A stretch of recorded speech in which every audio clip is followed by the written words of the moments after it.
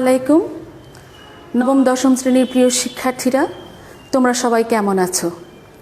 আশা রাখছি ভালো আছো এবং যে যেখানেই আছো নিরাপদে আছো। করোনাকালীন এই দুঃসময়ে তোমরা যাতে পড়াশোনায় পিছিয়ে না পড়ো, তোমরা যাতে ঝিমিয়ে না যাও, তোমাদের মস্তিষ্ক যাতে অলস হয়ে না পড়ে, সে কারণে আমাদের অত্র একাডেমির সম্মানিত প্রিন্সিপাল জনাব মোশাররফ হোসেন মুকুল স্যারের নির্দেশনায় আহমেদ বাউনী একাডেমির অনলাইন স্কুলে লাইভ ক্লাস প্রতিদিনই হচ্ছে। তোমরা সেটা অনুসরণও করছো। সেই ধারাবাহিকতায় আমি মাহবুবা কবির, সিনিয়র শিক্ষক বাংলা, আজ তোমাদের মাঝে এসেছি। প্রিয় শিক্ষার্থীরা, সেই প্রাচীনকাল থেকে আজ অবধি মানুষের মাঝে আবিষ্কারের নেশা, রেডিও আবিষ্কার, টেলিভিশন আবিষ্কার, ঘড়ি আবিষ্কার। আচ্ছা বলো তো, এই আবিষ্কার নিয়ে, আবিষ্কার বিষয়ক এমন কোন একটা টপিক যেটা তোমাদের পাঠ্য বইয়ে আছে? বলতে পারো সেটিকে? হ্যাঁ, যদি সরাসরি ক্লাস হতো তাহলে তোমরা সবাই সেই আনসারটা চটপট এখন দিয়ে ফেলতে।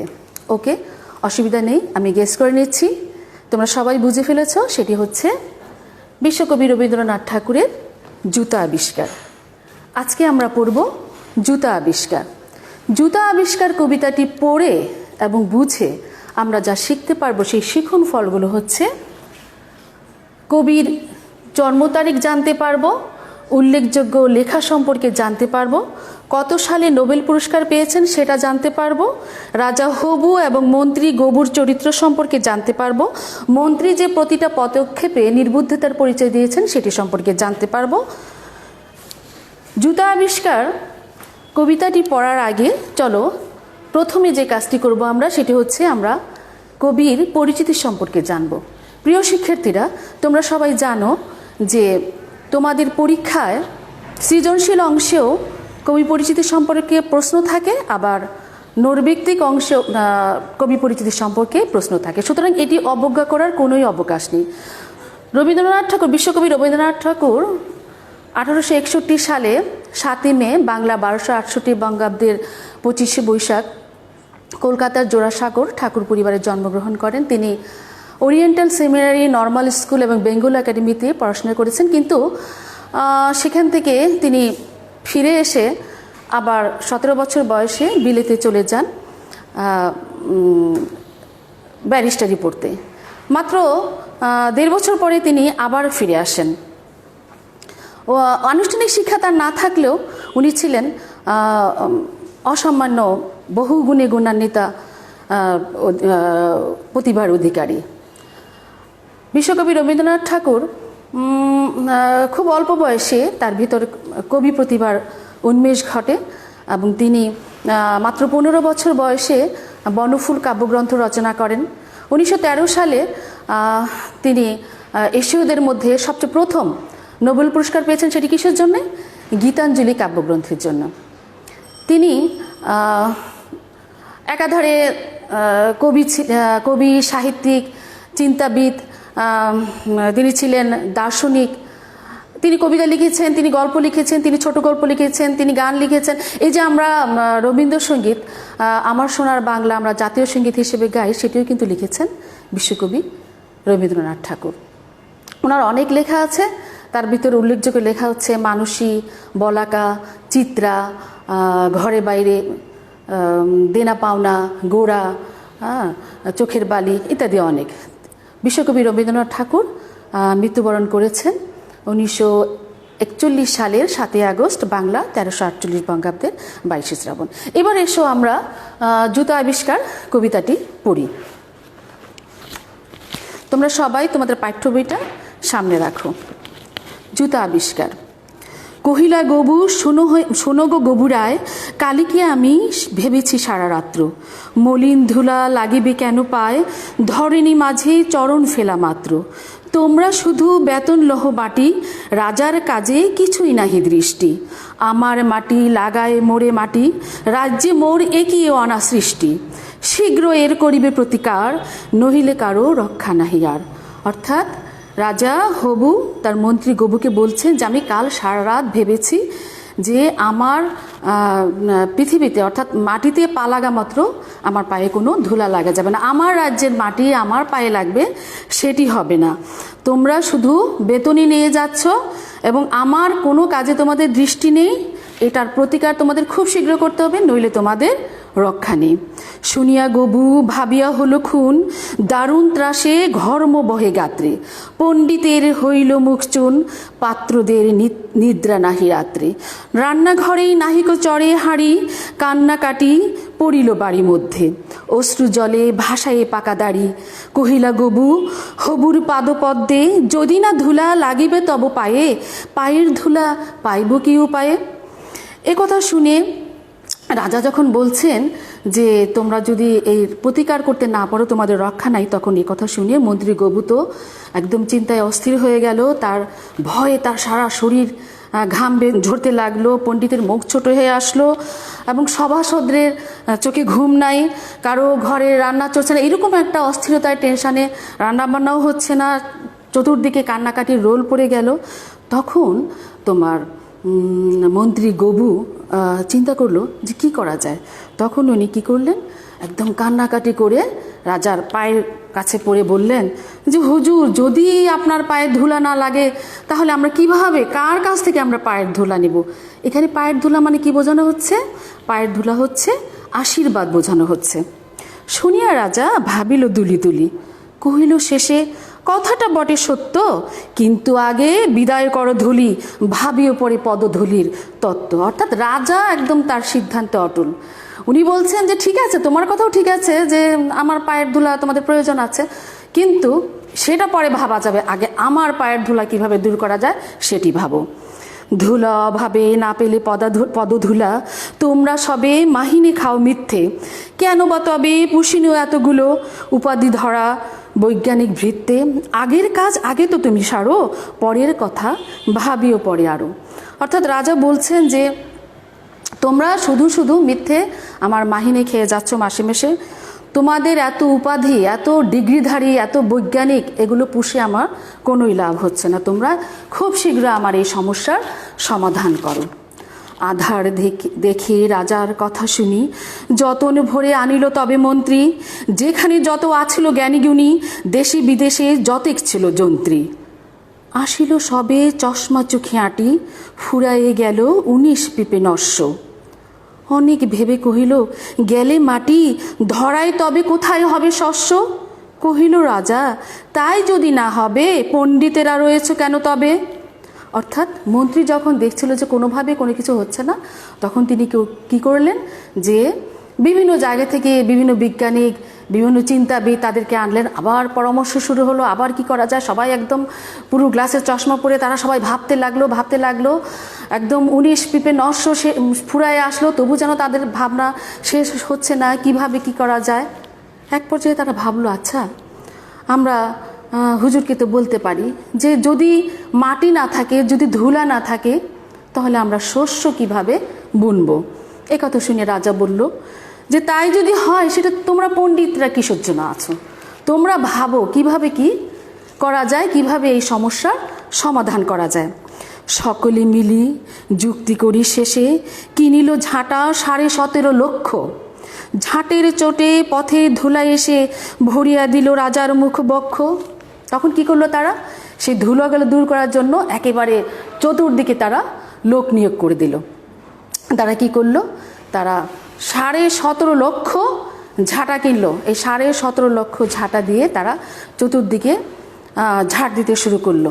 হ্যাঁ, এই এত ঝাড় দেওয়ার কারণে এত ধুলা চতুর্দিকে ছড়াচ্ছিল যে রাজার মুখে চোখে সেই ধুলা এসে পড়ছিল।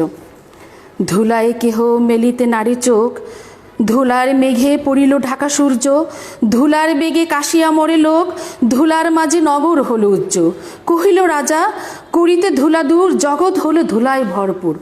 অর্থাৎ এই যে ধুলা, চতুর্দিকে এত ধুলা, ঝাড় দেওয়ার কারণে ধুলা উঠছে এবং সূর্য পর্যন্ত ঢেকে যাচ্ছে, পুরো শহরটা মনে হচ্ছে ডুবে যাচ্ছে। এটা দেখে রাজা যেন আরও অস্থির হয়ে গেল। উনি বললাম তোমাদের ধুলা দূর করতে, এখন তো একদম জগৎ ধুলায় ভরপুর হয়ে গেল। তখন বেগে ছুটিল ঝাঁকে ঝাঁকে মশক কাখে 21 লাখ ভিস্তি। ভিস্তি ভিস্তি হচ্ছে এক ধরনের তোমার চামড়ার তৈরি ব্যাগ, যেটাতে পানি ভরা হয়। পুকুরে বিলে রহিল শুধু পাক, নদীর জলে নাহিক চলে কিস্তি। কিস্তি হচ্ছে নৌকা। তখন দেখা গেল যে এই ধুলোটাকে থামানোর জন্য 21 লাখ অর্থাৎ 21 লাখ সেই ব্যাগে পানি ভরে সেই ধুলোর চতুর্দিকে ছুড়ে দেওয়া হলো। তো এই পানিগুলো কোথা থেকে আনা হলো? নদী থেকে। এবং নদী থেকে পানিগুলো আনার কারণে নদীর পানি সব শুকিয়ে গেল। শুকার কারণে কি হলো? পাক, পাকের সৃষ্টি হলো। পাক হচ্ছে কর্দমা। জলের জীব মরিল জল বিনা, ডাঙ্গার প্রাণী সাঁতার করে চেষ্টা। তা তো হবে, জলে যখন পানি সব শেষ হয়ে গেল তখন জলের প্রাণী আর বাঁচলো না, এবং ডাঙ্গায় যারা আছে, যারা উপরে আছে, তারাও সেই নদীতে সাঁতার কাটার চেষ্টাটাও বৃথা হলো। পাকের তলে মজিল বেচা কিনা, সর্দি জ্বরে উজাড় হলো দেশটা। কহিল রাজা এমনি সব গাধা, ধুলারে মারি করিয়া দিল কাদা। তখন কি হলো? চতুর্দিকে সেই ধুলার কারণে সর্দি জ্বরে আক্রান্ত হলো সবাই। রাজা তো একদম ভয়ানক ক্ষেপে গেলেন যে ধুলা দূর করতে, নদীর পানি শেষ হয়ে গেছে। তখন বললো এমনি সব গাধা আমি পুষি, যে ধুলা দূর করতে গিয়ে তারা আবার কাদার সৃষ্টি করলো। আবার সবে ডাকিল পরামর্শে, বসিল পুনঃ যতেক গুণবন্ত। ঘুরিয়া মাথা হিরিল চোখে শস্যে, ধুলার হায় নাইহিক পায়ন্ত। আবার শুরু হলো তাদের বৈঠক, আবার শুরু হলো পরামর্শ কিভাবে ধুলা দূর করা যায়। চোখে যেন তারা শস্য ফুল দেখলো, মানে অন্ধকার দেখা, কোনোই কুল কিনারা তারা পাচ্ছিল না। কহিল মহি মাদুর দিয়ে ঢাকো, ফরাসপাতি করিব ধুলা বন্ধ। অর্থাৎ মহি হচ্ছে পৃথিবী। পৃথিবীটাকে আমরা যদি মাদুর দিয়ে ঢেকে দিই তাহলে কি হবে? এই ধুলাটা বন্ধ হয়ে যাবে। কহিল কেহ রাজারে ঘরে রাখো, কোথাও যেন থাকে না কোনো রন্ধ্র। রন্ধ্র মানে কি? ছিদ্র। যে সবাই বললো আচ্ছা ঠিক আছে একটা কাজ করা যায়, সেটি কি? আমরা রাজাকে একটা ঘরে বন্ধ করে রাখি, যে কোথাও কোনো জায়গার জন্য কোনো ছিদ্র না থাকে বা ফুটো না থাকে। ধুলার মাঝে না যদি দেন পা, তাহলে পায়ে ধুলা তো লাগে না। অর্থাৎ রাজাকে যদি আমরা বন্ধ করে রাখি, রাজা যদি হেঁটে না বেড়ায়, তাহলে তো রাজার পায়ে আর কোনো ধুলা লাগছে না। কহিল রাজা সে কথা বড় খাঁটি, কিন্তু মোর হতেছে মনে সন্দেহ। সন্দেহ মানে কি?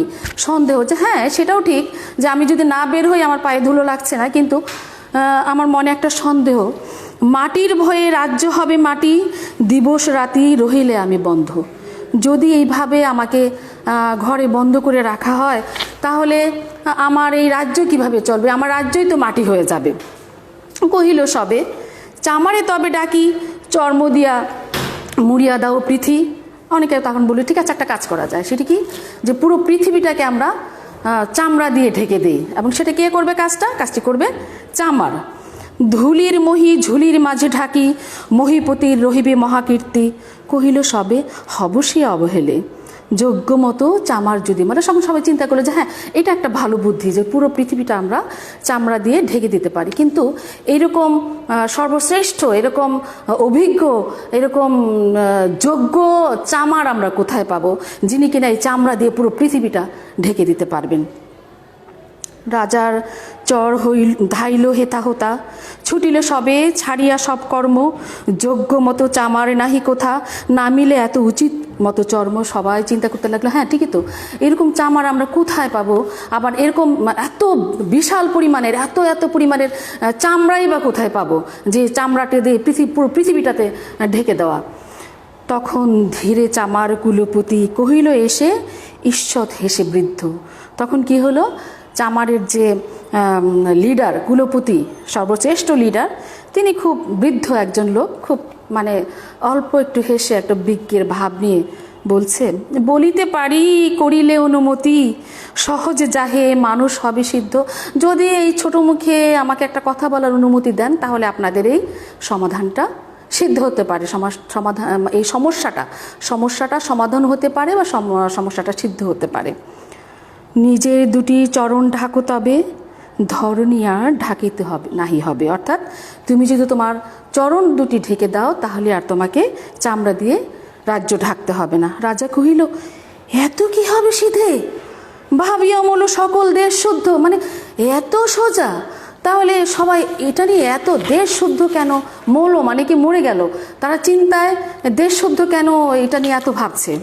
মন্ত্রী কহে, ব্যাটারে শুলো বিধে কারার মাঝে করিয়া রাখো রুদ্ধ। মানে মন্ত্রী তখন ভাবছে যে তার লেভেলটা নিচে চলে যাচ্ছে, এবং সে যে একজন মন্ত্রী, উচ্চ পর্যায়ের একজন মানুষ, সে এত বিজ্ঞজন, এত অভিজ্ঞজন, এত বৈজ্ঞানিক, এনে কোনো কিছু করতে পারছেন না, সেটি একজন চামার, সে কিনা এটার সমাধান দেবে। তখন ইনি ওনার চরিত্রটা পাল্টে ফেললেন। উনি বললেন যে বেটাকে শুলে চড়ানো হোক এবং তাকে কারাগারে বন্ধ করে রাখা হোক। রাজার পথ চর্ম আবরণে ঢাকিল বুড়া বসিয়া পদপ্রান্তে। অর্থাৎ তখন আস্তে আস্তে রাজার পায়ের কাছে বসে সেই বুড়োটা কী করলো, জুতা তৈরি করে দিল। মন্ত্রী তখন একটু ক্রেডিট নিতে চাইলো, বলছে আমারও ছিল মনে, কেমন বেটা পেরেছে সেটা জানতে। মানে মন্ত্রী বলছে যে এটা তারই মনের কথা, এই মনের কথাটা সেই চামার কিভাবে জানলো। সেদিন হতে চলিল জুতা পরা, বাঁচিল গবু, রক্ষা পেল ধরা। সেই দিন থেকে জুতা পরা শুরু হলো এবং বেঁচে গেল সেই মন্ত্রী গবু এবং রক্ষা পেল পৃথিবী। শিক্ষার্থীরা, এটি হচ্ছে আসলে একটি হাস্যরসাত্মক, একটি মজাদার বললে ভুল হবে, ভীষণ মজাদার একটি কবিতা। আমি কিন্তু ভীষণ মজা পেয়েছি, আশা রাখছি তোমরাও খুব মজা পেয়েছো। তবে হ্যাঁ, এটি তোমাদের কাছে খুব সহজ মনে হলো। কবিতাটির প্রতিটি লাইন তোমাদের খুব সূক্ষ্মভাবে পড়তে হবে। তার কারণ এই প্রতিটি লাইন না পড়লে তোমরা তোমার জ্ঞানমূলক কোশ্চেন আর অনুধাবকমূলক কোশ্চেনটা আনসার করতে পারবে না। তোমরা সবাই জানো যে জ্ঞানমূলক আর অনুধাবকমূলক এই দুটি কোশ্চেনে তোমাদের কোনো ফাঁকি ঝুঁকি চলবে না, এটা একদম কারেক্ট আনসার দিতে হবে তোমাদের। তোমরা গ প্রয়োগমূলক প্রশ্ন এবং ঘ উচ্চতর দক্ষতামূলক প্রশ্নে সেটা তোমরা মনের মাধুরী মিশিয়ে তোমাদের ক্রিয়েটিভিটি প্রদর্শন করতে পারো, কিন্তু ক এবং খ জ্ঞানমূলক এবং অনুধাবকমূলক কোশ্চেনে কোনো রকম ফাঁকিঝুঁকি চলবে না। সে কারণে তোমাদের এই কবিতাটা খুবই ভালো করে পড়তে হবে। এই যেমন ধরো এক জায়গায় লেখা আছে যে 17.5 লক্ষ ঝাঁটা, এটা তোমাদের মাথায় রাখতে হবে যে কত লক্ষ ঝাঁটা প্রয়োগ করা হয়েছিল, বা 19 পিপে নস্য, কত পিপে নস্য ফুরায় এসেছিল। এগুলো তোমার না পড়লে হবে না। এবং কবি পরিচিতিও তোমরা রবীন্দ্রনাথ সম্পর্কে না জানলে হবে না। যার গান আমাদের জাতীয় সঙ্গীত, তার সম্পর্কে আমরা জানবো না। আমরা সবসময় রবীন্দ্রনাথ বিশ্বকবি এবং জাতীয় কবি কাজী নজরুল সম্পর্কে আমাদের জানাটা থাকবে একদম খুব বেশি। আমরা হড়বড় করে যখন তখন যেন এটা বলতে পারি। হ্যাঁ, তো এই কবিতায় কিছু কঠিন শব্দ আছে। মাহিনা যেমন পারিশ্রমিক, কিস্তি, নৌকা, পুষিনিউ পোষণ করা, ফরাস, কার্পেট জাতীয় কিছু, মহি, পৃথিবী। ঠিক আছে, আজ এই পর্যন্তই। তোমরা সবাই ভালো থাকো, আশা রাখছি তোমরা সবাই সুস্থ থাকবে। সবাইকে শুভকামনা জানিয়ে বিদায় নিচ্ছি। আল্লাহ হাফেজ।